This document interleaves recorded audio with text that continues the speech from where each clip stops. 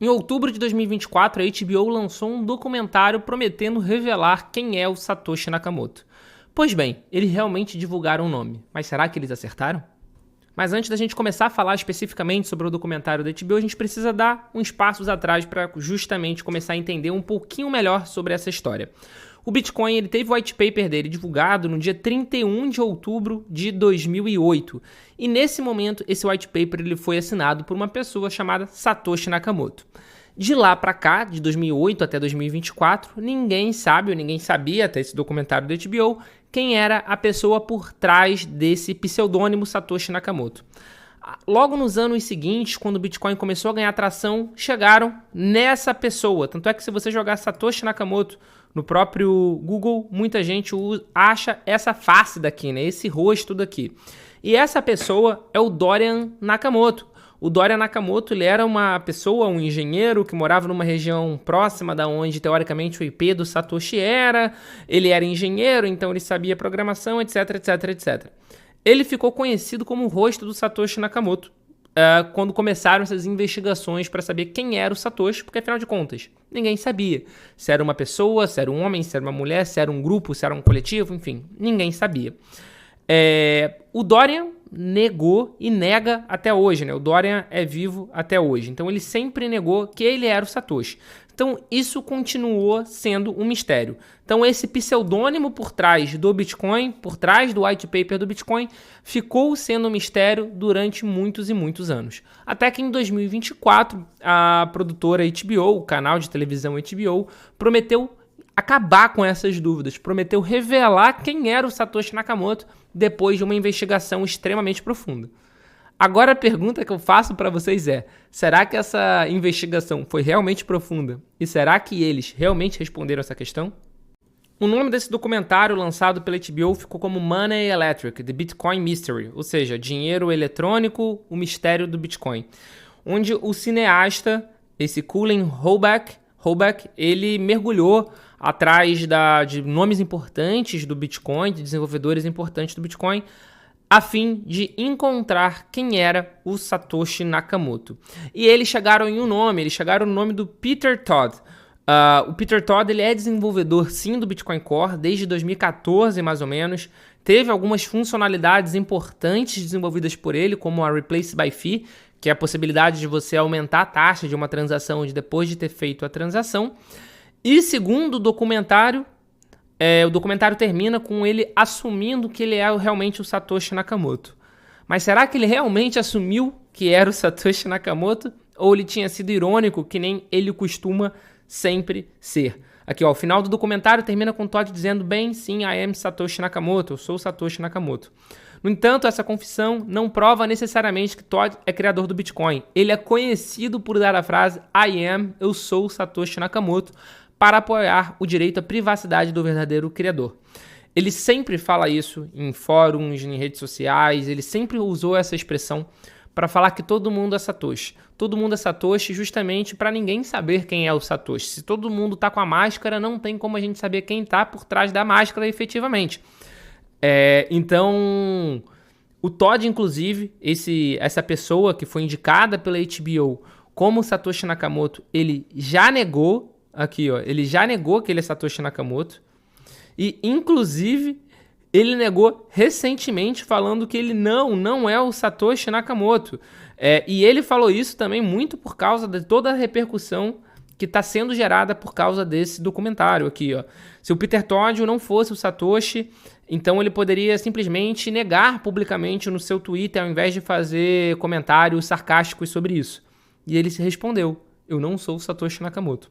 Então, pelo visto, aparentemente, a HBO errou. Pelo menos o Peter Todd, ele tá negando. E a confissão que os cineastas falaram que conseguiram de que ele realmente era o Satoshi foi, na verdade, uma ironia. Foi um deboche. Mas, afinal de contas, quem é Peter Todd? Realmente é crível, é viável ele ser o Satoshi Nakamoto? O Peter Todd é um canadense de cerca de 39 anos, eu tô certo, e é conhecido por suas contribuições de longa data dentro do Bitcoin. Que nem eu falei, ele é desenvolvedor do Bitcoin Core desde 2014, pelo menos, e tem algumas funcionalidades importantes que ele ajudou a implementar na blockchain do BTC. que ainda assim Todd negou ser Nakamoto tanto antes da estreia do documentário quanto depois da sua exibição, afirmando de forma direta no Twitter: "Eu não sou Satoshi". Vale ressaltar que, de fato, ele é um dos poucos que se comunicaram publicamente com Satoshi sobre o código e funcionalidades do Bitcoin antes do Satoshi desaparecer lá em 2011. Se você não sabe, que nem eu falei no início do vídeo, o white paper do Bitcoin ele foi divulgado dia 31 de outubro de 2008. O primeiro bloco do Bitcoin foi minerado dia 3 de janeiro de 2009. E em 2011, o Satoshi Nakamoto desapareceu completamente do Bitcoin Talk, que é o fórum que existe até hoje. As mensagens dele estão lá até hoje para todo mundo ler. Ele sumiu, foi a última vez que ele logou na plataforma, ele nunca mais postou, nunca mais respondeu nenhum e-mail nem nada. Quando o white paper do Bitcoin foi publicado, o Todd tinha cerca de 23 anos e estava naquele momento cursando faculdade de Belas Artes. Então não tinha muita relação naquele momento, não tinha muita relação com o trabalho de engenharia ou desenvolvimento ou algo do gênero. Ele estava fazendo faculdade de Belas Artes. De lá para cá, ele trabalhou como suporte de sistemas Linux e desenvolvedor de Starnix por 3 meses e ocupou vários outros cargos de curto prazo entre 2007 e 2008, que foi justamente quando o white paper do Bitcoin foi divulgado. Quando o white paper estava no mesmo ano que o white paper do Bitcoin foi publicado, ele estava trabalhando como designer eletrônico. E ele também ocupou cargos de alto nível na indústria cripto, incluindo cientista-chefe na Mastercoin, que era uma moeda, que foi um protocolo que foi construído em cima da blockchain do Bitcoin em 2014. E o Todd também é cientista-chefe na Dark Wallet, que é uma carteira de Bitcoin de código aberto, coisa que ele também começou em 2014. Enfim, ele também é um dos fundadores da CoinKite, que é uma marca de hard wallet que existe aqui no Canadá. Muito brasileiro gosta dessa questão do OpenDime, que é a primeira carteira realmente física, enfim, que você consegue colocar o Bitcoin ali, você consegue passar esse Bitcoin para a pessoa. Enfim, ele é de fato uma pessoa muito importante no mercado cripto, no sentido de que ele tem sim muita relevância. Ele tem muito conhecimento e ele tem muita relevância. Mas de qualquer forma, algumas interpretações equivocadas podem ter feito a HBO de fato se enganar sobre o fato dele ser Satoshi Nakamoto. O primeiro ponto é que a frase final que ele respondeu, o cineasta, foi a frase famosa que ele sempre fala de I am Satoshi Nakamoto, eu sou Satoshi Nakamoto, que pode ter sido até uma ironia pro cineasta que estava tentando confrontar ele para ele admitir. Então, na hora que ele falou isso, o cineasta provavelmente considerou uma vitória e já utilizou isso para usar no seu filme.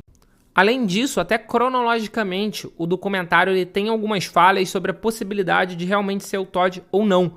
Tem alguns pontos em aberto que acaba não corroborando com essa história, com essa linha do tempo que foi montada pelo documentário. E um outro ponto foi justamente a função Replace by Fee, porque o documentário ele afirmou que a introdução do Replace by Fee em 2014 era uma funcionalidade planejada como parte da visão original do Satoshi para o Bitcoin. Aqui, ó. No entanto, isso não se sustenta, já que o Replace by Fee não fazia parte do design inicial da criptomoeda. A introdução do Replace by Fee por Todd ocorreu anos após o desaparecimento de Satoshi, mas o cineasta sugeriu que o Replace by Fee estava vinculado à influência governamental depois que o John Dillion ofereceu uma recompensa de $500 pela solução. Enfim, Satoshi sumiu em 2011, nunca tinha falado do Replace by Fee, não estava previsto isso no design original do Bitcoin e só surgiu em 2014, só foi implementada, só foi trazida pelo Todd essa opção, essa feature nova em 2014. Então, anos após o Satoshi desaparecer, em nenhum momento o Satoshi tinha falado sobre isso. Então, esse é mais um dos pontos que sugerem que, de fato, a HBO, no seu documentário, no Money Electric, errou ao cravar que o Todd é, de fato, o Satoshi Nakamoto, que o Peter Todd é o Satoshi Nakamoto. Inclusive, a imprensa mundial agora está repercutindo sobre isso e repercutindo, inclusive, também sobre o fato dele ter negado e trazendo pontos que corroboram essa negativa dele. Então, não foi agora que a gente descobriu quem era Satoshi Nakamoto e dificilmente, na opinião pessoal do Paulo Aragão, a gente vai descobrir um dia quem foi Satoshi Nakamoto. Existe, inclusive, alguma das opções, é que Satoshi Nakamoto já morreu, já faleceu, Então, muito provavelmente, a gente de fato nunca vai saber, e esse vai ser um dos grandes mistérios da humanidade que nunca serão revelados.